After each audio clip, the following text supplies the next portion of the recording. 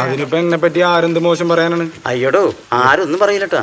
എന്റെ കാസറ്റ് ഈ വിഷയത്തിൽ 25 ലക്ഷം രൂപ വാങ്ങിയെന്ന് പെപ്പയുടെ മാനേജർ തെളിവടക്കം ഈ ലേഡിക്ക് കാണിച്ചു കൊടുത്തു. മൊത്തം കുഴപ്പമാണല്ലോടാ. വൻ ഗ്രൂപ്പ് ഉണ്ട്, കാശാണ് അവരുടെ ലക്ഷ്യം. ഓടക്കാൻ നിന്നാ സംഗതി കുലുമാലാവും. പിന്നെ പോലീസും പത്രക്കാരുമായിട്ട് നാട് മുഴുവൻ അറിയും. കാശെങ്കിൽ കാശ് കൊടുത്ത് ഒതുക്കാൻ നോക്ക്. ഇതൊക്കെ ചെയ്യുന്നത് ഇൻസ്റ്റാഗ്രാമിൽ സത്യങ്ങൾ മാത്രം പറയുന്ന ഒരു ഇൻഫ്ലുവൻസർ. സോ സ്നേഹം പരക്കട്ടെ, സ്നേഹം മാത്രം പരക്കട്ടെ.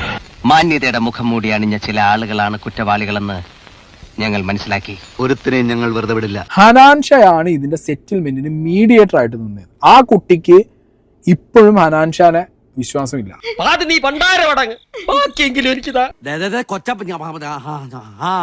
ആ കുട്ടി പറയുമ്പോ ഹനാൻഷ മേടിച്ചിട്ടുണ്ടാവൂ, ഹനാൻഷയ്ക്കും കാശ് കിട്ടിയിട്ടുണ്ടാവും. ഇതാണ് ആ കുട്ടിയും പറഞ്ഞുകൊണ്ടിരിക്കുന്നത്.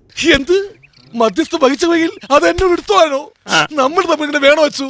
5 ലക്ഷം രൂപയിൽ തുടങ്ങിയ നെഗോസിയേഷൻ ആണെന്നാണ് ഹനാൻ പറയുന്നത്. ഈ നെഗോസിയേഷൻ അത് ഹക്കീമാണെന്നാണ്. പക്ഷെ ഹക്കീം ഇപ്പൊ വരെ ഇന്നോട് ഡിനൈ ചെയ്യാണ് ചെയ്തത്. ഹക്കീം അല്ല, ഹക്കീം ചെയ്തിട്ടില്ല. പണം കിട്ടി പെൺകുട്ടി, എന്റെ ഡിമാൻഡ്സ് കഴിഞ്ഞിട്ടില്ല. This is cheating. ഇവനെ ഒന്നും നമ്പാൻ പറ്റൂല.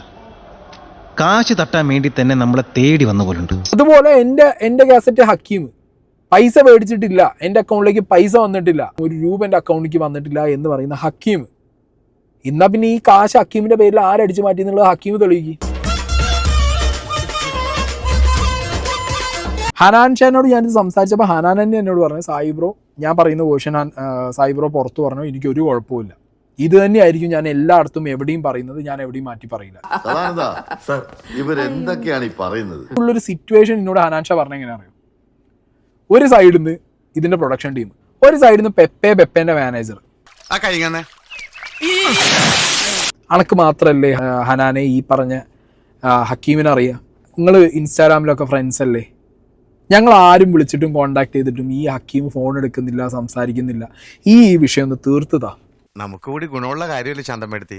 ഏത് ഗുളിയം കയറിയ സമയത്താടോ ഞാൻ ഈ സിനിമ എടുത്ത് തലേ വെച്ചത്. പേപ്പറിലും ടിവിയിലും കൂടി വരുമ്പോഴത്തേക്ക് ഉള്ള പാനം മാസ്കോടെ കാമ കൊണ്ടുപോകുമല്ലോ. ഇനി ഇതൊന്നും അല്ലാത്തൊരു സിനിമാറ്റിക്സ് ആണ് ഞാൻ അതിൽ പറഞ്ഞുതരാം. ഒരു 10 ലക്ഷം രൂപ അനന്ത് പറയുന്നുണ്ട്, വിഡ്രോ ചെയ്ത് ക്യാഷ് ആക്കിയ 10 ലക്ഷം. ഈ ക്യാഷ് ആക്കിയ 10 ലക്ഷം എടപ്പാൾ ഒരു പാലത്തിന്റെ മുകളിൽ കൊണ്ടുപോയി വെക്കുക. അത്ര ഇത് എന്തൊക്കെയാടാ ഈ കൊച്ചു കേരളത്തിൽ നടക്കണേ? ഈ പാലത്തിന്റെ മുകളിൽ നിന്ന് എതിർത്തിട്ട് പോയി. നീ പറഞ്ഞിട്ടല്ലേ 25,000 രൂപ ചക്കച്ചോള പോലെ എണ്ണി ഞാനിവിടെ കുഴിച്ചിട്ട്. ചൊളയും പോയി രൂപയും പോയി. ഒരു പെണ്ണ് കേസ് സെറ്റിലാക്കാൻ പൈസ കൊടുത്ത ആന്റണി പെപ്പെ സീനിലില്ല. ഒരു വെള്ള ക്ലാസ്സിൽ എനിക്ക് കേസുമായിട്ട് വലിയ ബന്ധമൊന്നുമില്ല എഴുതി ഒപ്പിട്ടില്ല സാർ. ഒരു അലിഗേഷൻ ഉന്നയിച്ച, ഒരു FIR പോലും ഇല്ലാതെ ഒരു അലിഗേഷൻ ഉന്നയിച്ച ഒരു ലേഡി അവരുടെ കേസ് ഈ വിഷയത്തിലില്ല. എനിക്കറിയാൻ പാടില്ല, ഞാൻ വരുന്ന വിളിക്കേണ്ടതാണ്, ഞാൻ പോണ്, ഇത് നിങ്ങളുടെ പ്രശ്നമാണ്. അങ്ങനെ അബ്ദുൽ ഹക്കീമിന്റെ കാര്യത്തിൽ തീരുമാനമായിട്ടുണ്ട്. UAE പോലീസ് അറസ്റ്റ് ചെയ്തു, നാട്ടിലേക്ക് അയക്കാനാണ് പ്ലാനിങ്. സത്യം പറഞ്ഞ ചേട്ടായി, ഇങ്ങനൊരു ദിവസം ചേട്ടായി ആഗ്രഹിച്ചിരുന്നില്ലേ? ഇതിലും നല്ലത് UAE പോലീസ് സ്റ്റേഷൻ തന്നെയായിരുന്നു. കാരണം നമ്മുടെ നാട്ടിൽ വന്നു കഴിഞ്ഞാൽ ഇവൻ എങ്ങനെയാണ് ജീവിക്കുക?